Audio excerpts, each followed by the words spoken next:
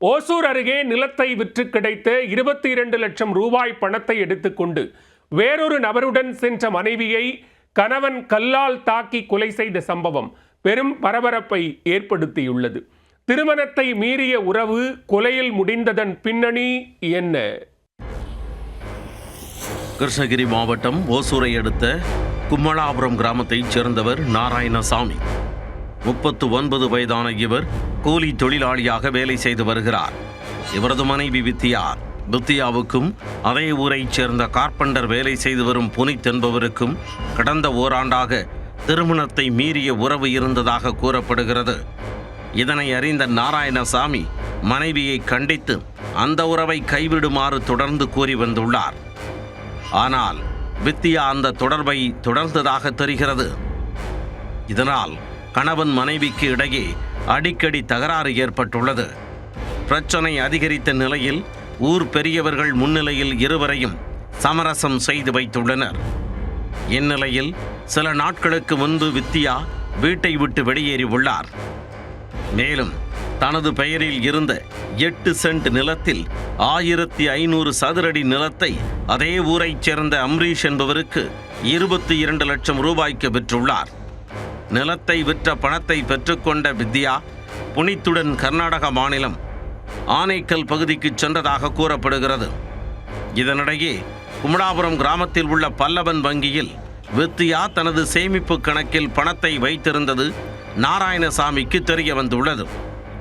செவ்வாய்க்கிழமை மதியம் பணத்தை எடுப்பதற்காக வித்தியா வங்கிக்கு வந்துள்ளார்.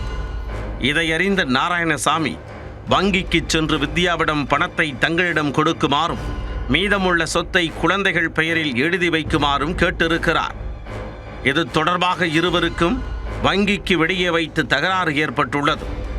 ஒரு கட்டத்தில் ஆத்திரம் தரைக்கேறிய நாராயணசாமி கீழே கிடந்த கல்லை எடுத்து வித்தியாவை கடுமையாக தாக்கியிருக்கிறார்.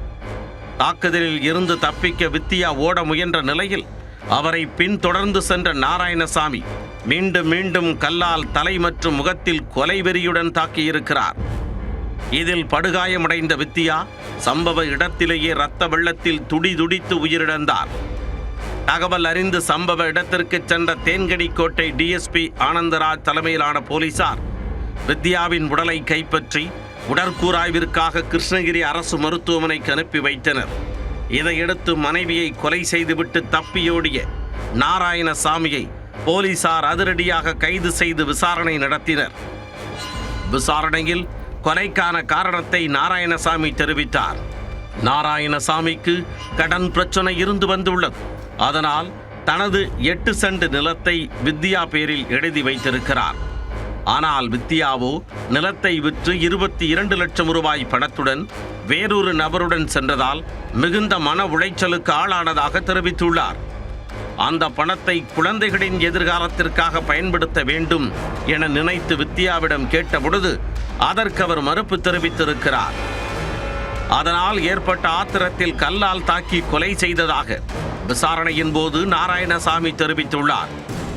சொத்து விவகாரம் மற்றும் திருமணத்தை மீறிய உறவு தொடர்பான பிரச்சனையில் மனைவியை கணவனே கல்லால் தாக்கி கொலை செய்த சம்பவம் கும்மடாபுரம் கிராமத்தில் பரபரப்பை ஏற்படுத்தியுள்ளது.